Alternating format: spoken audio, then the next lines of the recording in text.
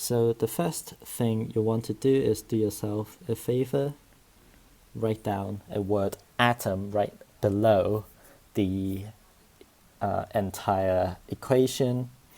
Then you would want to add some arrows pointing towards the atoms. So this is basically just for you to visualize what you're doing. And the reason for the arrow pointing towards the atom is because of how we defined our bond enthalpy. Because the bond enthalpy here is positive, which means that we're putting in energy. Putting in energy breaks a bond. And that breaking of bond makes the molecule into atoms. And so the arrow goes from the molecule to the atom. So let's start with calculating the first molecule here. We have methane. Methane is CH4 with 4 CH bonds. So 4 times 4, 13 should give us 1652. 1652 kilojoules per mole, that is. So now we have two lots of oxygen molecules, and that is 2 OO double bonds, which is 498 times 2, give us 996. Next, we have two lots of water molecules. One water molecule contains 2 OH single bonds, and we have a net total of 2 molecules. So it is 2 times 2 times 463, which gives us 1852 kilojoules per mole. And finally, we have carbon dioxide, which is 2 lots of 799, give us 1598 kilojoules per mole. So in order to figure out what delta H is, we need to use all of these arrows. So delta H, oops, that's A, not delta.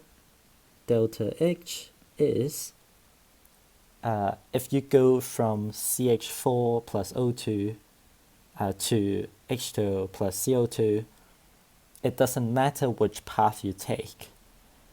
It's going to give you the same value, which means that if I go through all the other arrows, I'm going to get delta H. And so we have 1652, which is going in the direction of the arrow,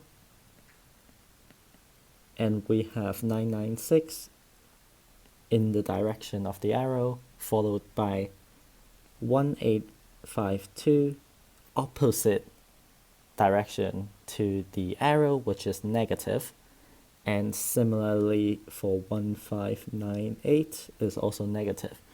So if you evaluate all of them using your calculator, 996 take 1852 take 1598, give us minus 802 kilojoules per mole.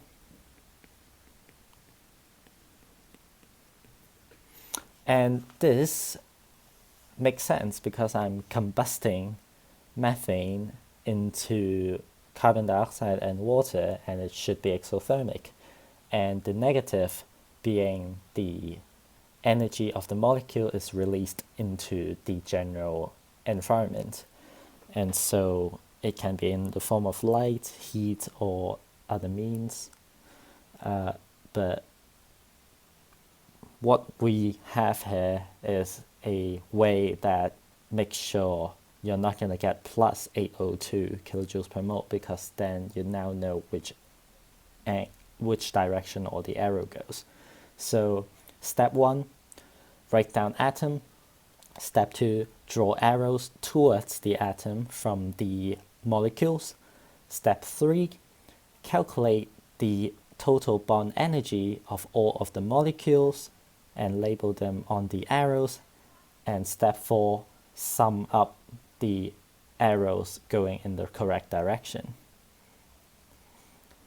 So yeah, that's it for this video. I hope you've learned something. If you have, let me know in the comment section below, and I will see you on my next one.